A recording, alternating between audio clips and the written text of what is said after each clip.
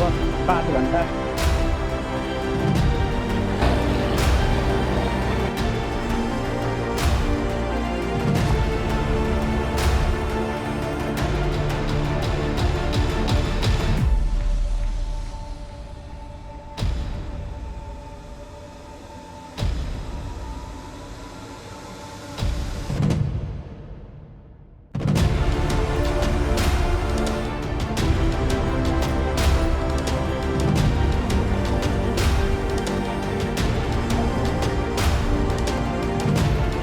ठाउँलाई के भन्छ भाइ? भालेउडा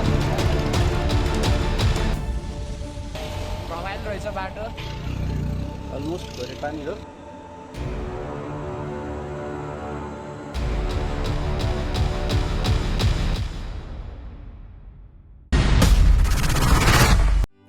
So guys, welcome back to the new episode of Asim Devi. Today म चाहिँ आज चाहिँ कहाँ जाँदैछु भन्दा चाहिँ पोखरा जाँदैछु। यो चाहिँ ठ्याक्कै डुम्रेबाट मैले नयाँ भ्लग सुरु गरिरहेको छु। अहिले ट्याक्क 1 किलोमिटर जाँदैछु डुम्रे आइपुग्न। 1 किलोमिटर वरबाट चाहिँ यो भ्लग सुरु भएको छ। गोर्खा, लमजुङ, तनहुँ र मनाङका जिल्लाहरूको व्यापारिक केन्द्रका रूपमा स्थापित डुम्रे बजार पृथ्वी हाइवेको मध्यभागमा अवस्थित छ। सदियौँदेखि यात्रु र व्यापारीहरूको पाइला समेट्दै आएको एक जीवन्त सङ्गमस्थल हो। समयसँगै अघि बढिरहेको सडकको स्तर उन्नतिले यस बजारलाई अझै नयाँ सौन्दर्य र सजीवता दिएको छ। सफा चौडा सडक अनि अनुशासित चहल पहलहरूले यहाँको मुहार नै फेरिएको छ। डुम्रे आसपासका प्राकृतिक र सांस्कृतिक धरोहरहरूले यसको आकर्षणलाई अझ प्रगाढ बनाएका छन्। नजिकै अवस्थित बन्दीपुरको शान्त पुरातात्विक बस्ती र सिद्ध गुफाको रहस्यमय गहिराईले यात्रुलाई लोभ्याउने कथा बोकेका छन्। यही सुन्दर परिवेश, व्यापार र पर्यटनको सङ्गम बनेको यस डुम्रेबाट आजको हाम्रो यात्रा आरम्भ हुँदैछ। नयाँ अनुभव, अनकनी कथाहरू र प्रकृतिसँगको अङ्गालोमा हराउने एक अविस्मरणीय यात्राको सुरुवात।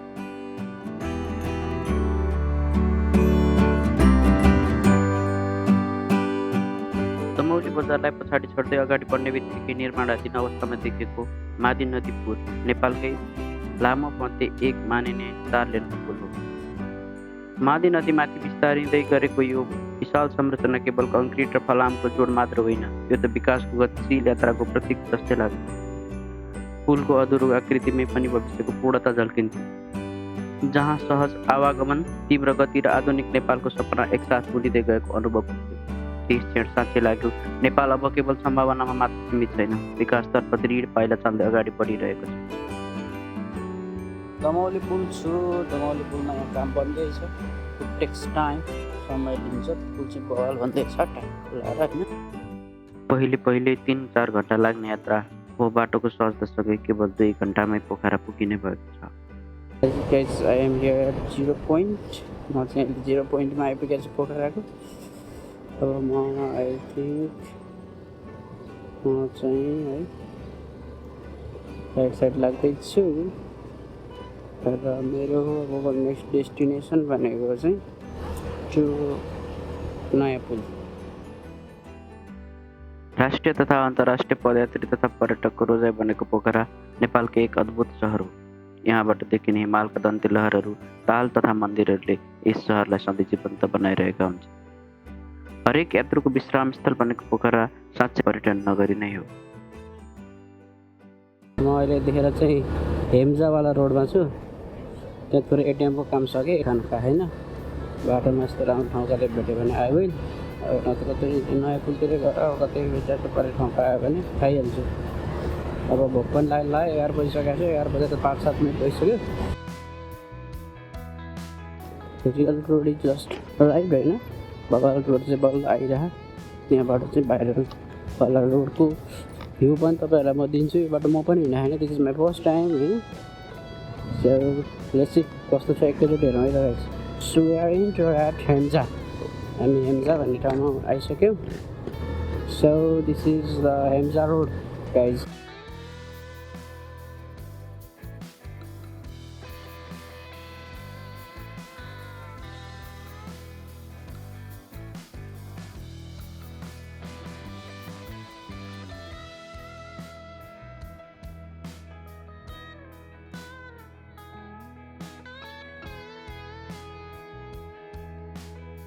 नागडाँडा आइपुग्यो। अब नागडाँडा नौडाँडा के नागडाँडा आई थिङ्क यताबाट अब हामी पर्छ नौडाँडा रहेछ नौडाँडा।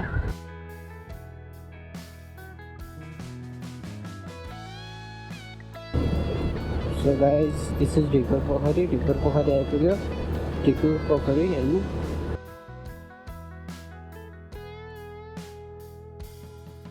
कास्की जिल्लाको पोखरा पाल्तुङ सडक खण्ड अन्तर्गत पर्ने लुम्ले आफ्नो प्राकृतिक सुन्दरता, अनुपम हावापानी र कृषि अनुसन्धानको लागि देशभर प्रख्यात छ। विशेष गरी यहाँको चिसो मौसममा उब्जने उच्च गुणस्तरका आलु, सुन्तला, चिया र ताजा तरकारीहरूले यहाँको स्थानीय थकाली खानाको स्वादलाई झनै अद्वितीय र स्वादिष्ट बनाएको छ।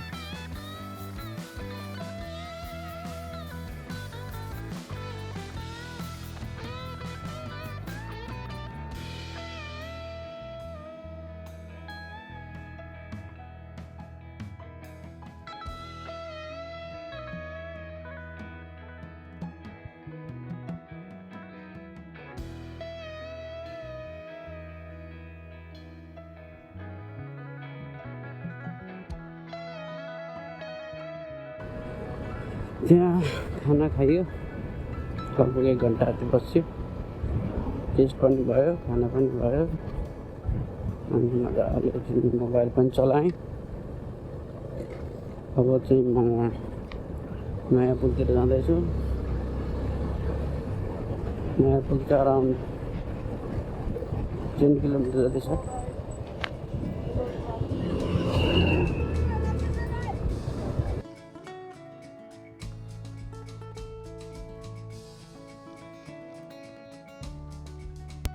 नयाँ पुल जाने हो, जाँदा हुन्छ।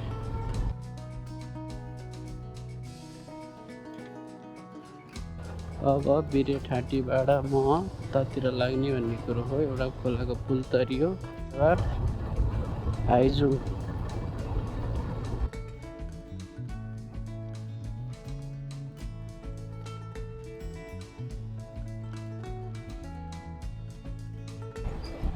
अब यहाँनिर हेर्नुपर्छ म्याप पहिला।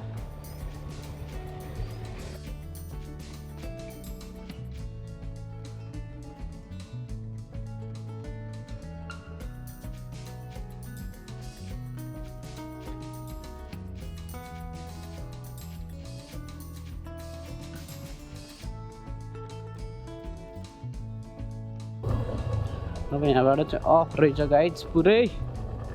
अब अफ रोडमा सरर हिँड्न पर्यो बिस्तार।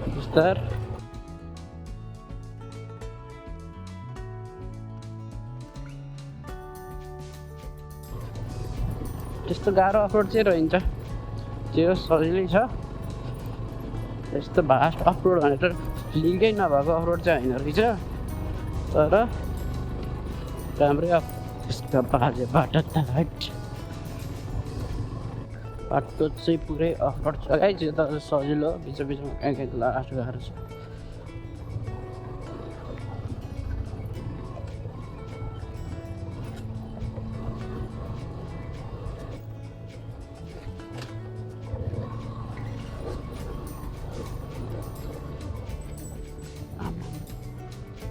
के भयो?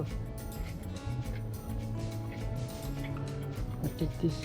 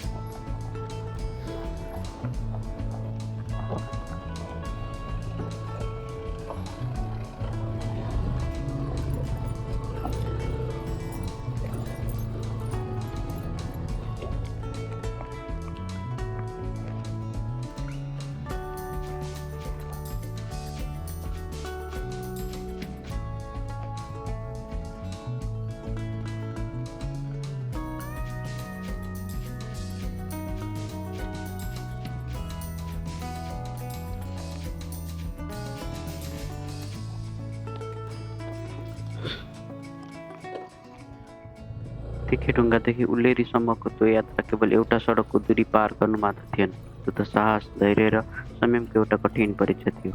बाटो अत्यन्तै बिरालो र असहज अप्रोड रहेछ। साना सवारी साधनलाई समेत बाटो छोड्न मुस्किल पर्ने त्यो साँघुरो र बाहिर निस्केका ती तिखा ढुङ्गाहरू जसले टायरलाई मात्र होइन, मानव मेरो आत्मविश्वासलाई समेत चितार्न खोजे जस्तो भान हुन्थ्यो। अगाडि जति उकालो बढ्दै गइन्थ्यो, भोलि पुनः यही बाटो ओह्रालो झर्नुपर्छ भन्ने विचारले बेला बेलामा म यहाँ किन आएँ होला भन्ने भाव पैदा गराइरहेको थियो। रहर र चुनौतीको त्यो दोसाँधमा उभिएर गरिएको यात्रा जीवनको एउटा अविस्मरणीय र रोमाञ्चक कथा बनेर सधैँका लागि मनमा बस्न सफल भएको छ।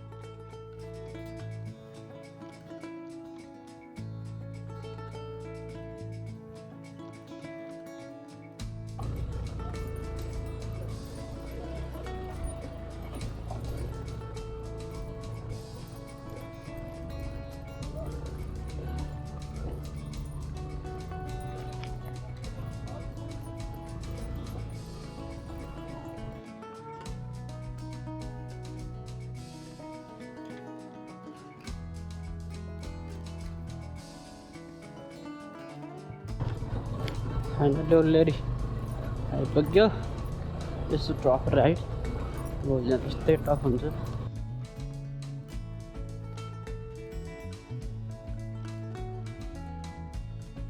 उल्लेरी पुगेर थकाइ मार्दै गर्दा अगाडिको बाटो सोधेँ।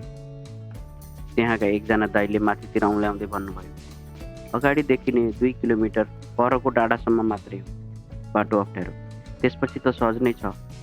सानो जानकारीलाई मात्र पनि मनमा हुर्किएको त्रासको तुवालोलाई हटाइदियो। त्यो मिठो आश्वासनले मनमा पलाएको त्यही राहत र 10 मिनटको छोटो सुस्ताएपछि बाइकको ह्यान्डल समात्दै म फेरि बन्ठाटीतर्फको यात्रामा अघि बढेँ।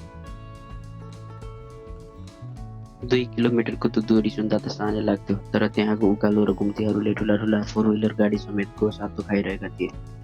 बाटोको अवस्था निकै दयनीय थियो, तैपनि हार नमानी म आफ्नो बाइकलाई सम्हाल्दै र सन्तुलन मिलाउँदै बिस्तारै बन्ठाडीको बाटोमा हुर्किरहेँ।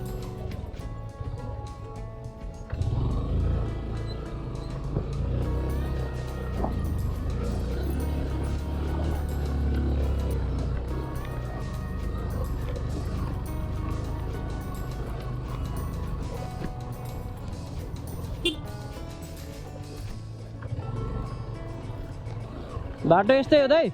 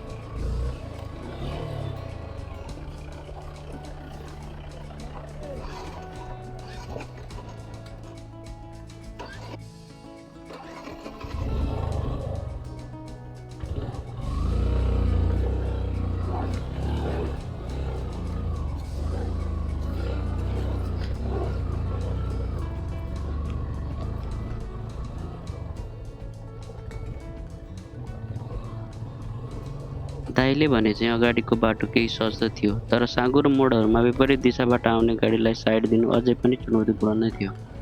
बन्ठाडी पुग्दा एउटा नयाँ आश पलायो। त्यहाँका चालक दाइले घोरेपानीसम्मै बाइक पुग्छ भनेर दिएको आश्वासनले फेरि मनमा साहसको सञ्चार भयो। गोप्रोको ब्याट्रीले बन्ठाडीमै प्राण त्याग्यो, तर मेरो यात्राको उत्साह भने अझै जीवन्त बनिरहेको थियो। यात्राकै क्रममा पोखराबाट घुम्न आएका केही भाइहरूसँग भेट भयो, जसले मेरो एक्लो यात्रामा रमाइलो साथ थपिदिए। यद्यपि बाटो अझै हिलो र चिप्लो थियो, तर जब लालीगुराँसको जङ्गल सुरु भयो, प्रकृतिको त्यो सौन्दर्यले सबै दुःख बिसाइदियो। भाइहरूको साथ र गुराँसको वनको काखमा पुगेपछि बल्ल यात्राको वास्तविक रस र आनन्दको अनुभूति हुन थाल्यो।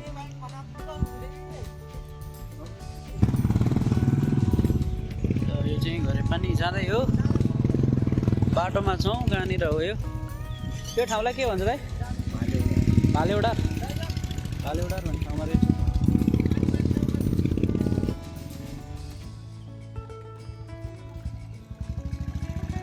बाटो गाइज यस्तो एक्सट्रिम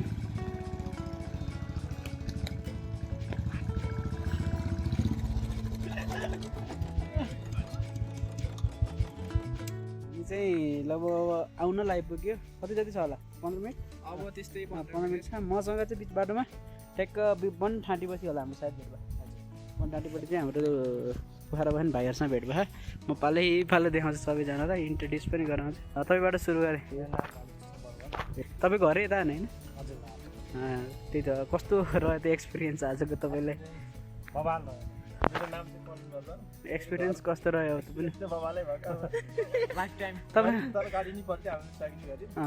तपाईँहरूले गर्नुभएछ मैले चाहिँ गर्नु पाइनँ त्यसमा पछाडि त्यहीमा भयो ठ्याक्कै त्यही भएछ अनि हजुर घर चाहिँ हजुर साथी जस्तै भयो अनि मिलाएर घुम्न आएको उता पुखाएर बस्छौँ पढ्नलाई अनि रमाइलो भयो रमाइलो रहेछ बाटो अनि चाहिँ लाइफ टाइम एक्सपिरियन्स भनौँ न यो साथी दाइहरूसँग बाटोमा नि हजुरहरू भेट्नु भयो हजुरहरू त के भने म एक्लै छु अहिले होइन ठिक छ ल हाम्रो एकदम एनसी भाइ नाम चाहिँ स्मित खड्का म चाहिँ यतैको भयो बाटो चाहिँ त्यस्तै हो ए तिमी त हिँडेर बाटो नि होला यो त एक दुईचोटि हिँडिसक्यो होइन एकचोटि आएको जे होस् अब यहाँबाट चाहिँ हाम्रो के भन्छ यसलाई लालीगुराँसवाला वन सुरु भयो नेपालभरि चाहिँ 32 हो यहाँ चाहिँ ल पुरो यस्तो आइरह हामी यतितिर छौँ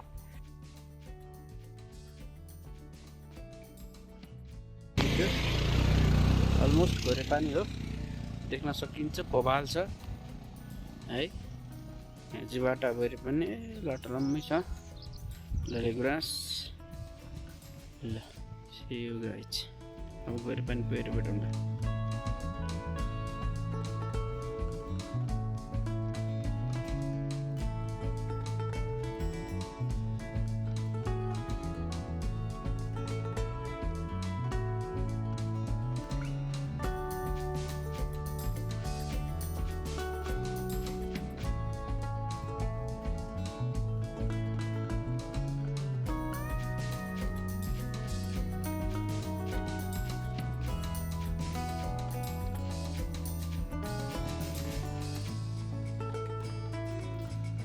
घोरे पानी बजार गए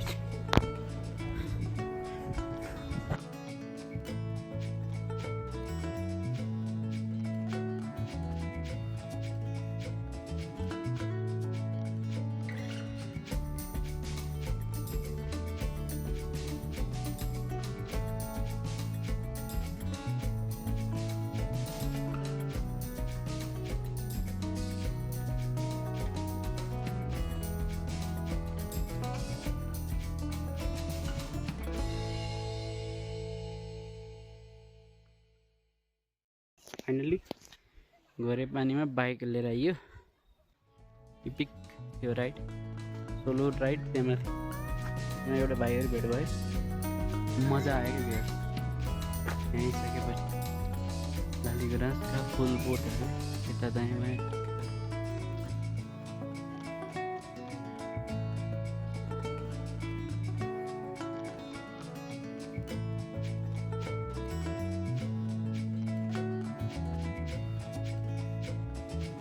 बस्नु जग्गा छ म दुई होटलतिर लान्छु